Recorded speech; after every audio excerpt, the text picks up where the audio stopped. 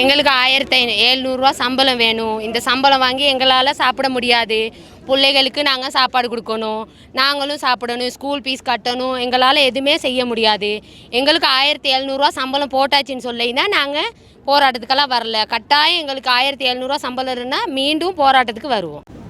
இன்றைக்கு எங்களுக்கு 1700 ரூபா சம்பளம் தரேன் அப்படின்னு சொல்லி ஜனாதிபதியும் தோட்ட தொழில்துறை அமைச்சர் எல்லாமே சேர்ந்து எங்களுக்கு 1700 ரூபா சம்பளத்தை பாராளுமன்றம் வர்த்தமானி ஊடாக அறிவிச்சிருந்தாங்க.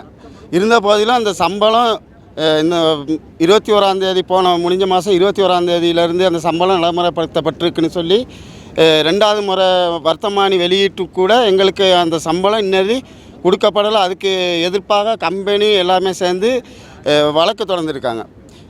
கம்பெனி 4 வருஷ காலமாக எங்களுக்கான சம்பள உயர்வை என்னது கொடுத்ததில்ல. 4 வருஷ காலமாகவும் நாங்கள் இந்த 1000 ரூபா சம்பளத்தில் தான் என்ன செஞ்சுருக்கோம், வாழ்ந்துட்டு வரோம். இது எங்களுக்கு நிறைய பிரச்சனைகள் இருக்குது. அது கம்பெனிக்கு தெரியுமோ தெரியாது, எப்படியுமே தெரியும். எங்களுக்கு எந்த விதமான ஒரு நன்மையும் இன்னதி செஞ்சதில்லை. கூரத்தகடாக இருக்கட்டும், பேமெண்ட் வசதியாக இருக்கட்டும், எந்த ஒரு வசதியுமே என்ன செஞ்சு கொடுக்கல.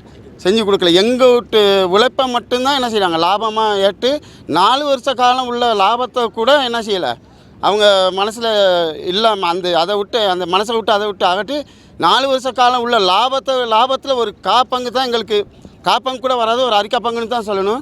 அது கூட எங்களுக்கு கொடுக்குறதுக்கு முன் வரலைன்னா இந்த கம்பெனிக்கு நாங்கள் உழைச்சி கொடுக்குறதில்ல எந்த விதமான ஒரு தேவைப்பாடு எங்களுக்கு இல்லை அப்படின்ட்டு அவங்க நினச்சிக்கிட்டாங்க. கம்பெனி நினச்சா எது வேணுமா செய்யலான்னு மக்கள் எல்லாமே, உழைக்கும் மக்கள் எல்லாமே ஒன்றா சேர்ந்தால் இந்த கம்பெனியை லாபமாக்கவும் முடியும், நஷ்டமாக்கவும் முடியுங்கிறத அவங்களுக்கு நாங்கள் தொடர்ந்து நாங்கள் தெரிய தருகிறோம். கேட்டால் முக்கியமாக மே 1ஆம் தேதி எங்களுக்கு சம்பளம் அறிவித்தாங்க கொட்டக்குளம் நகரில். அதில் என்னென்னு கேட்டால் வர்த்தமானியில் ஜனாதிபதியை அறிவித்தார் 1700 ரூபா சம்பளம் தாரோம் போட்டிருக்கு, உங்களுக்கு 22ஆம் தேதியிலேருந்து இந்த சம்பளம் கிடைக்கும்னு. அதை மீறி இதுவரைக்கும் இந்த சம்பளம் கம்பெனியில் வழக்கு போட்டு எங்களுக்கு இந்த சம்பளத்தை தடை பண்ணியிருக்காங்க.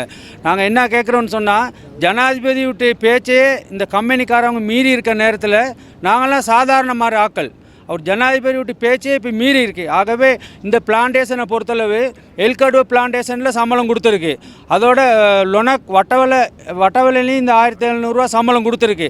ஆகவே நாங்கள் இப்போ சாதாரணமாக இந்த போராட்டத்தை நாங்கள் ஆரம்பிச்சிருக்கோம். எங்களுக்கு சம்பளம் கொடுக்கலன்னு சொன்னால் இந்த போராட்டம் இன்னும் தீவிரமாக நாங்கள் செய்வோங்கிறத இந்த நேரத்தில் தெரிவிச்சுக்கிறோம். அதே நேரத்தில் கம்பெனியை பொறுத்தளவு எங்களுக்கு பெருசாக எந்த விதமான சலுகை செய்கிறது குறைவு. நாங்கள் அப்படி இருந்தும் இந்த கம்பெனிக்கு ஆதரவு, இந்த ஸ்டேட்டுகளுக்கு நிர்வாகத்துக்கு நாங்கள் இன்னும் ஆதரவு கொடுத்தா செஞ்சுக்கிட்டு இருக்கோம் இந்த சம்பளம் கிடைக்கும்னு.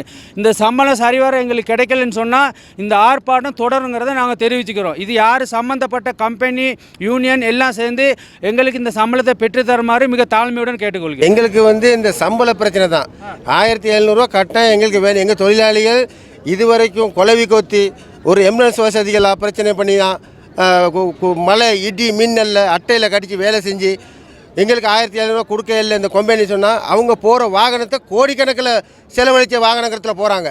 எங்களுக்கு இந்த மழையிலையும் தண்ணியிலையும் கஷ்டப்பட்டு 1700 ரூபா கட்டாயம் கொடுக்கணும். கொடுக்கல இந்த போராட்டம் மீண்டும் பெருசாக வெடித்து மலையகம் முழுக்க செய்ய வேண்டிய சூழ்நிலை வரும்.